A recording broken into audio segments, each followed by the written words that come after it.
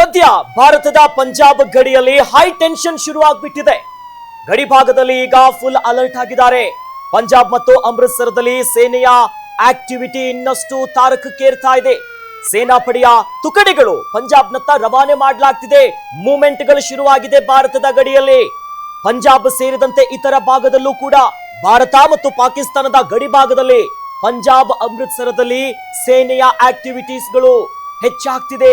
ಗಡಿಗೆ ಹೆಚ್ಚುವರಿಯಾಗಿ ಸೇನಾ ಪಡೆಗಳನ್ನ ನಿಯೋಜನೆ ಮಾಡುವಂತ ಕೆಲಸ ಆಗ್ತಿದೆ.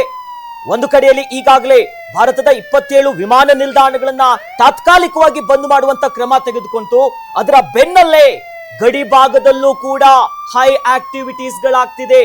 ಸೇನಾಪಡೆಯ ತುಕಡಿಗಳು ಇತರ ಎಲ್ಲಾ ರೀತಿಯಾದಂತ ಕ್ರಮಗಳನ್ನ ಈಗ ತೆಗೆದುಕೊಳ್ತಿದ್ದಾರೆ.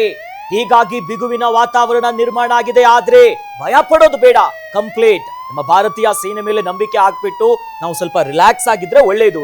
ಈ ಹೊತ್ನಲ್ಲಿ ಎಲ್ಲರೂ ಕೂಡ ಸಾಥ್ ಕೊಡುವಂತ ಕೆಲಸ ಮಾಡಬೇಕು. ಆಮೇಲೆ ಸುಳ್ಳು ಸುದ್ದಿಗಳಿಗೆ ಕಿವಿಗೊಡಬಾರದು. ಹೌದು. ಮತ್ತು ಸುಳ್ಳು